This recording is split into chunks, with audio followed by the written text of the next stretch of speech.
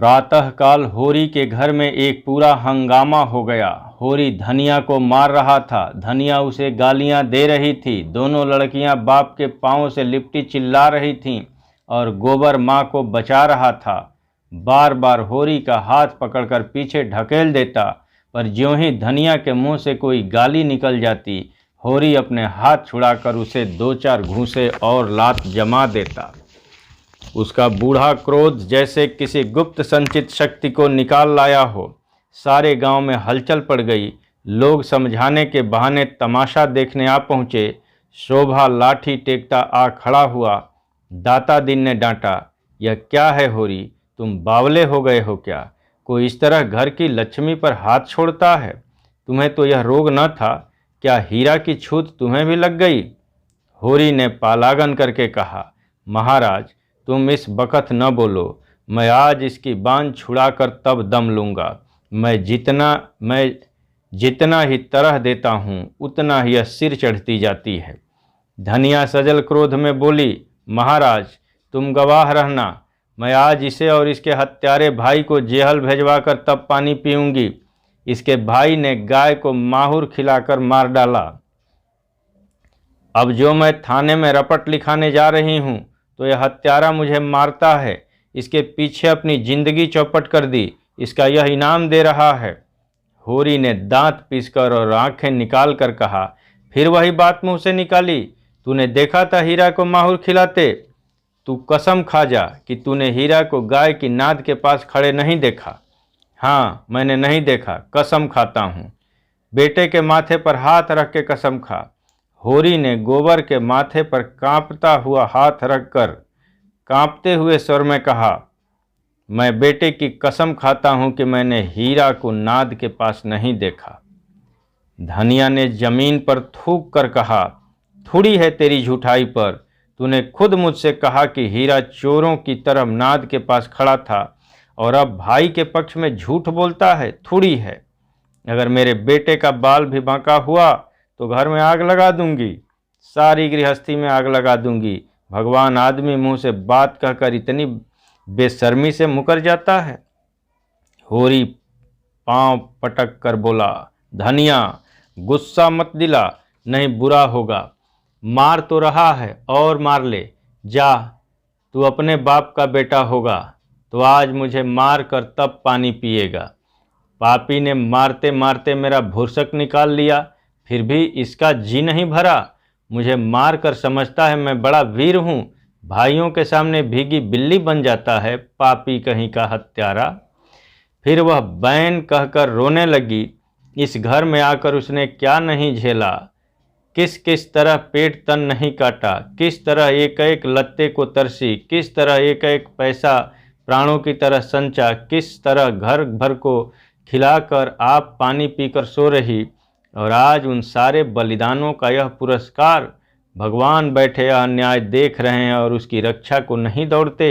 गज की और द्रौपदी की रक्षा करने बैकुंठ से दौड़े थे, आज क्यों नींद में सोए हुए हैं? जनमत धीरे धीरे धनिया की ओर आने लगा। इसमें अब किसी को संदेह नहीं रहा कि हीरा ने ही गाय को जहर दिया। होरी ने बिल्कुल झूठी कसम खाई है, इसका भी लोगों को विश्वास हो गया। गोबर को भी बाप की इस झूठी कसम और उसके फलस्वरूप आने वाली विपत्ति की शंका ने होरी के विरुद्ध कर दिया। उस पर जो दाता दिन ने डांट बताई तो होरी परास्त हो गया, चुपके से बाहर चला गया। सत्य ने विजय पाई। दाता दिन ने शोभा से पूछा, तुम कुछ जानते हो शोभा, क्या बात हुई? शोभा जमीन पर लेटा हुआ बोला, मैं तो महाराज 8 दिन से बाहर नहीं निकला। होरी दादा कभी कभी जाकर कुछ दे आते हैं, उसी से काम चलता है। रात भी वह मेरे पास गए थे, किसने क्या किया मैं कुछ नहीं जानता।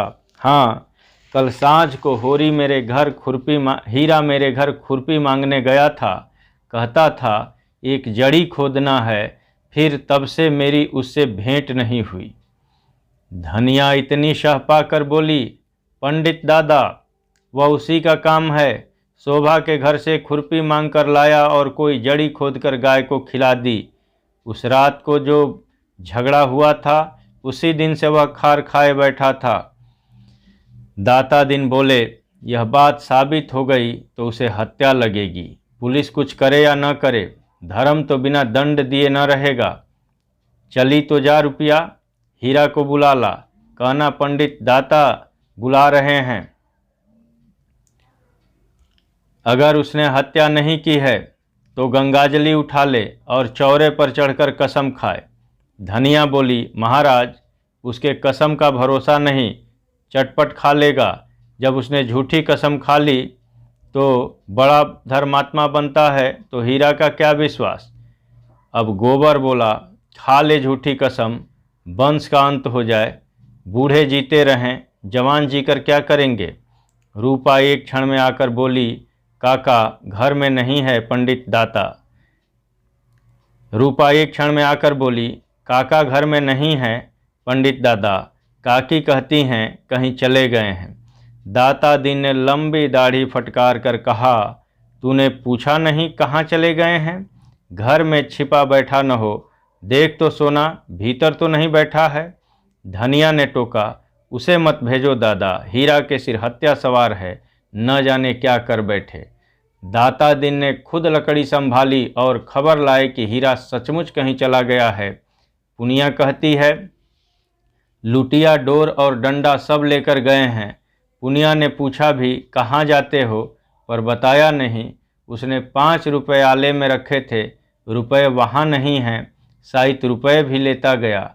धनिया शीतल हृदय से बोली, मुंह में कालिख लगाकर कहीं भागा होगा। शोभा बोला, भाग के कहाँ जाएगा, गंगा नहाने न चला गया हो। धनिया ने शंका की, गंगा जाता तो रुपए क्यों ले जाता, और आजकल कोई परब भी तो नहीं है।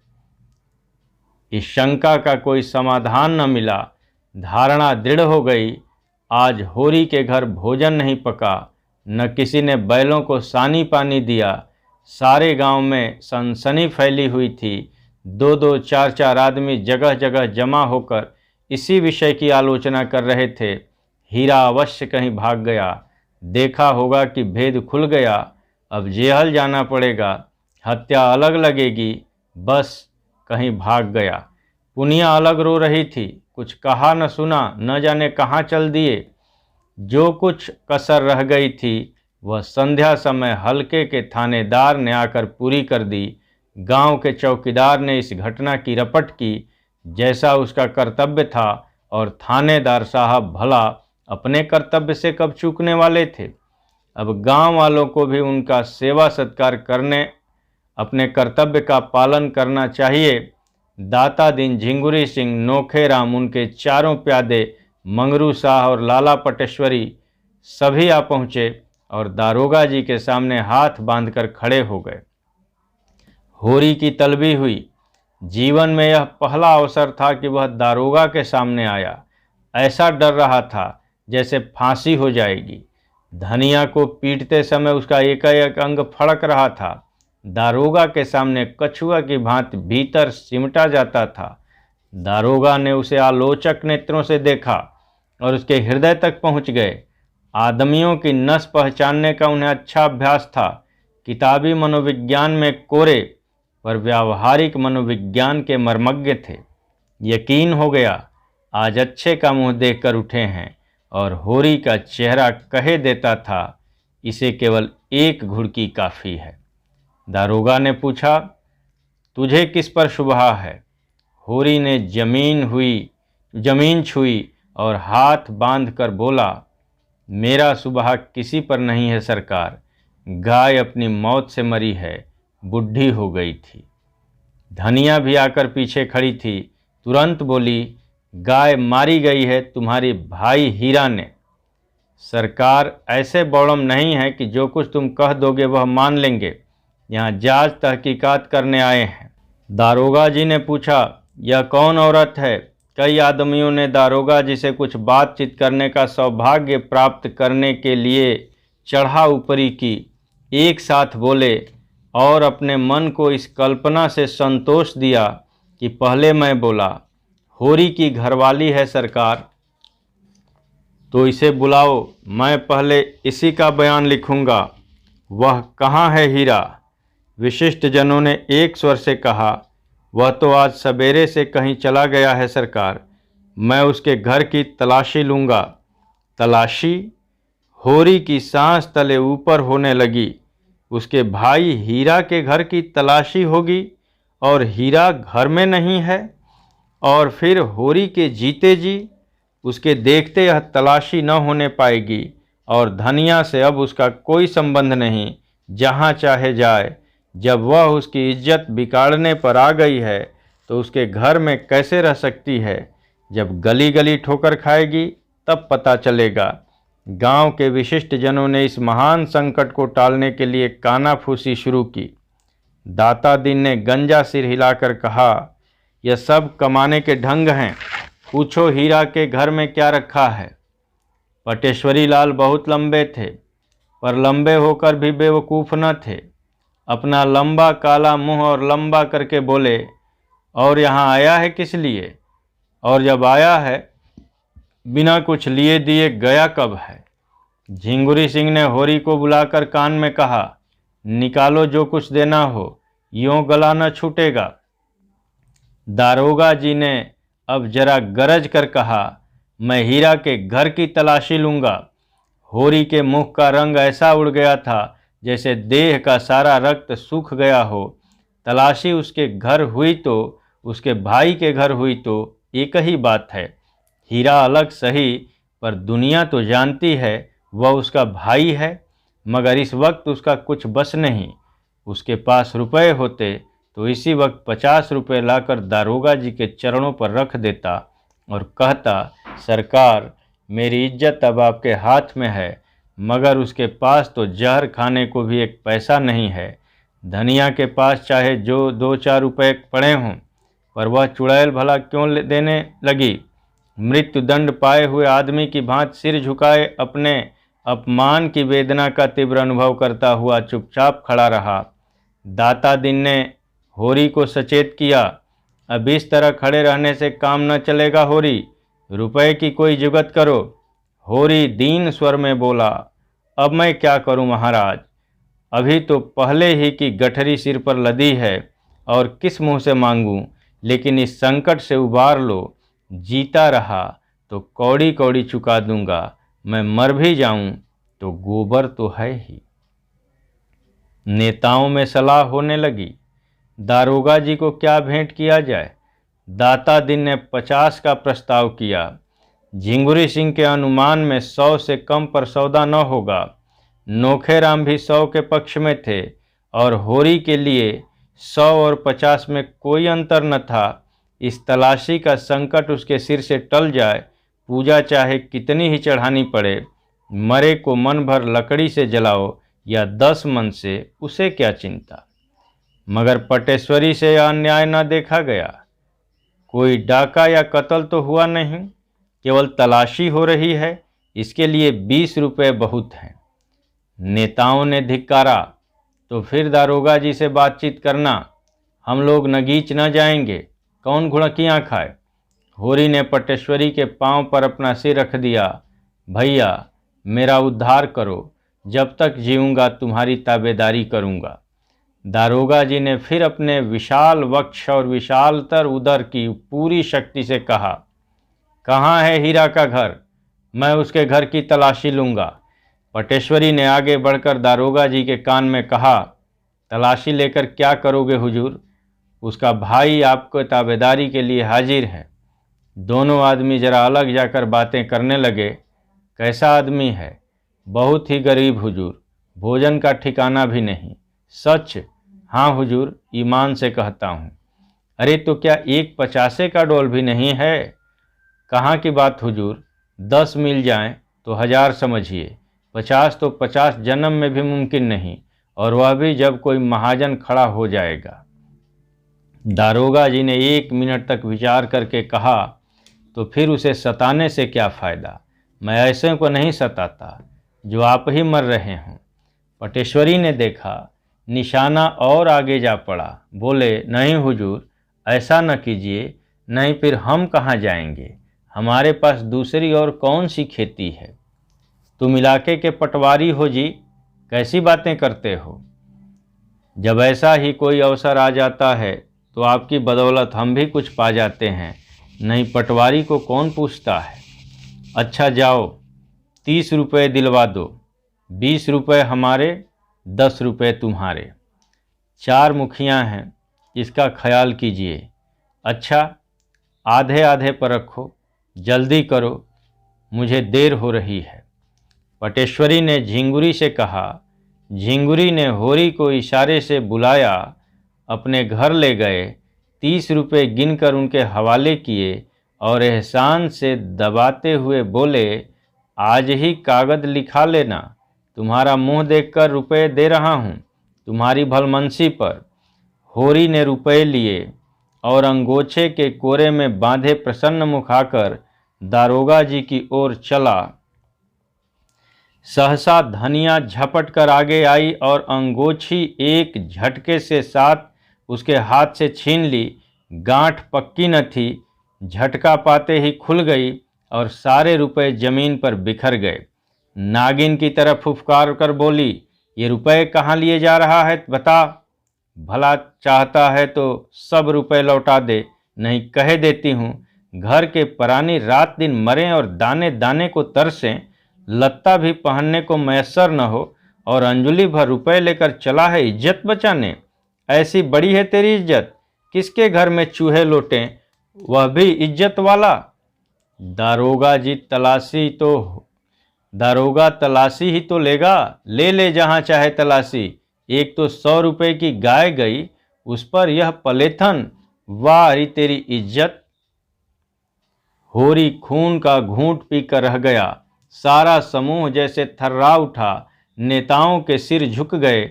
दारोगा का मुंह जरा सा निकल आया, अपने जीवन में उसे ऐसी लताड़ न मिली थी। होरी स्तंभित सा खड़ा रहा। जीवन में आज पहली बार धनिया ने उसे भरे अखाड़े में पटकनी दी। आकाश तका दिया, अब वह कैसे सिर उठाए। मगर दारोगा जी इतनी जल्दी हार मानने वाले न थे। खिसिया कर बोले, मुझे ऐसा मालूम होता है कि शैतान की खाला ने हीरा को फंसाने के लिए खुद गाय को जहर दे दिया।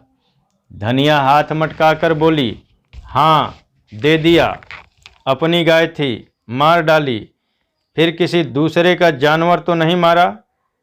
तुम्हारे तहकीकात में यही निकलता है तो यही लिखो। पहना दो मेरे हाथों में हथकड़ियाँ, देख लिया तुम्हारा न्याय और तुम्हारे अक्कड़ की दौड़। गरीबों का गला काटना दूसरी बात है, दूध का दूध और पानी का पानी करना दूसरी बात। होरी आंखों से अंगारे बरसाता धनिया की ओर लपका, पर गोबर सामने आकर खड़ा हो गया और उग्र भाव से बोला, अच्छा दादा, अब बहुत हुआ, पीछे हट जाओ, नहीं मैं कह देता हूँ मेरा मुंह न देखोगे, तुम्हारे ऊपर हाथ न उठाऊंगा, ऐसा कपूत नहीं हूँ, यहीं गले में फांसी लगा लूँगा। होरी पीछे हट गया और धनिया शेर होकर बोली, तू हट जा गोबर, देखूं तो क्या करता है मेरा। दारोगा जी बैठे हैं, इसकी हिम्मत देखूं। घर में तलाशी होने से इसकी इज्जत जाती है, अपनी मेहरिया को सारे गांव के सामने लतियाने से इसकी इज्जत नहीं जाती। यही तो वीरों का धर्म है। बड़ा वीर है तो किसी मर्द से लड़, जिसकी बाँह पकड़कर लाया उसे मारकर बहादुर न कहलाएगा। तू समझता होगा मैं इसे रोटी कपड़ा देता हूँ, आज से अपना घर संभाल, देख तो इसी गांव में तेरी छाती पर मूंग दलकर रहती हूँ कि नहीं, और उससे अच्छा खाऊंगी पहनूंगी। अच्छा हो, देख ले। होरी परास्त हो गया। उसे ज्ञात हुआ स्त्री के सामने पुरुष कितना निर्बल, कितना निरुपाय है। नेताओं ने रुपए चुनकर उठा लिए थे और दारोगा जी को वहां से चलने का इशारा कर रहे थे। धनिया ने एक ठोकर और जमाई, जिसके रुपए हों ले जाकर उसे दे दो, हमें किसी से उधार नहीं लेना है, और जो देना है तो उसी से लेना, मैं दमड़ी भी न दूंगी, चाहे मुझे हाकिम के इजलास तक ही चढ़ना पड़े। हम बाकी चुकाने को 25 रुपये मांगते थे, किसी ने न दिया, आज अंजुली भर रुपए ठनाठन निकाल के दे दिए। मैं सब जानती हूँ, यहाँ तो बाँट बखरा होने वाला था, सभी के मुंह मीठे होते। ये हत्यारे गांव के मुखिया हैं, गरीबों का खून चूसने वाले, सूद ब्याज डेढ़ी सवाई नजर नजराना घूस घास जैसे भी हो, गरीबों को लूटो, उस पर सुराज चाहिए। जेल जाने से सुराज न मिलेगा, सुराज मिलेगा धर्म से, न्याय से। नेताओं के मुंह में कालिक सी लगी हुई थी, दारोगा जी के मुंह पर झाड़ू सी फिरी हुई थी। इज्जत बचाने के लिए हीरा के घर की ओर चले। रास्ते में दारोगा ने स्वीकार किया, औरत है बड़ी दिलेर। पटेश्वरी बोले, दिलेर है हुजूर, करकशा है, ऐसी औरत को तो गोली मार दे। तुम लोगों का काफिया तंग कर दिया उसने, 4 तो मिलते ही। हुजूर के भी तो 15 रुपए गए, मेरे कहाँ जा सकते हैं। वह न देगा, गांव के मुखिया देंगे, और 15 रुपए की जगह पूरे 50 रुपए। आप लोग चटपट इंतजाम कीजिए। पटेश्वरी लाल ने हंसकर कहा, हुजूर बड़े दिल लगी बाज हैं। दाता दिन बोले, बड़े आदमियों के यही लक्षण हैं, ऐसे भाग्यवानों के दर्शन कहाँ होते हैं। दारोगा जी ने कठोर स्वर में कहा, यह खुशामद फिर कीजिएगा, इस वक्त तो मुझे 50 रुपये दिलवाइए नकद, और यह समझ लो कि आनाकानी की तो मैं तुम चारों के घर की तलाशी लूँगा। बहुत मुमकिन है कि तुमने हीरा और होरी को फंसाकर उनसे 150 ऐंठने के लिए पाखंड रचा हो। नेतागण अभी तक यही समझ रहे थे कि दारोगा जी विनोद कर रहे हैं। झिंगुरी सिंह ने आंखें मारकर कहा, निकालो 50 रुपये पटवारी साहब। नोखेराम ने उनका समर्थन किया, पटवारी साहब का इलाका है, उन्हें जरूर आपका खातिर करनी चाहिए। पंडित नोखेराम की चौपाल आ गई। दारोगा जी एक चारपाई पर बैठ गए और बोले, तुम लोगों ने क्या निश्चय किया, रुपए निकालते हो या तलाशी करवाते हो। दाता दिन ने आपत्ति की, मगर हुजूर, मैं अगर मगर कुछ नहीं सुनना चाहता। झिंगुरी सिंह ने साहस किया, सरकार यह तो सरासर, मैं 15 मिनट का समय देता हूँ। अगर इतनी देर में पूरे 50 रुपये न आए तो तुम चारों के घर की तलाशी होगी, और गंडा सिंह को जानते हो, उसका मारा पानी भी नहीं मांगता। मैंने 25 साल थानेदारी की है, जानते हो, लेकिन ऐसा अंधेर तो कभी नहीं हुआ। तुमने अभी अंधेर नहीं देखा, कहो तो वह भी दिखा दूं, एक एक को 5-5 साल के लिए भिजवा दूं। यह मेरे बाएं हाथ का खेल है, डाके में सारे गांव को काले पानी भिजवा सकता हूं, इस धोखे में न रहना। चारों सज्जन चौपाल के अंदर जाकर विचार करने लगे। फिर क्या हुआ किसी को मालूम नहीं। हाँ, दारोगा जी प्रसन्न दिखाई दे रहे थे और चारों सज्जनों के मुंह पर फटकार बरस रही थी। दारोगा जी घोड़े पर सवार होकर चले तो चारों नेता दौड़ रहे थे। घोड़ा दूर निकल गया तो चारों सज्जन लौटे, इस तरह मानो किसी प्रियजन का संस्कार करके श्मशान से लौट रहे हों। सहसा दाता दिन बोले, मेरा शराप न पड़े तो मुंह न दिखाऊं। नोखेराम ने समर्थन किया, ऐसा धन कभी फलते नहीं देखा। पटेश्वरी ने भविष्यवाणी की, हराम की कमाई हराम में जाएगी। झिंगुरी सिंह को आज ईश्वर की न्यायपरता में संदेह हो गया था। भगवान न जाने कहाँ है, यह अंधेर देख कर के भी पापियों को दंड नहीं देते। इस वक्त इन सज्जनों की तस्वीर खींचने लायक थी।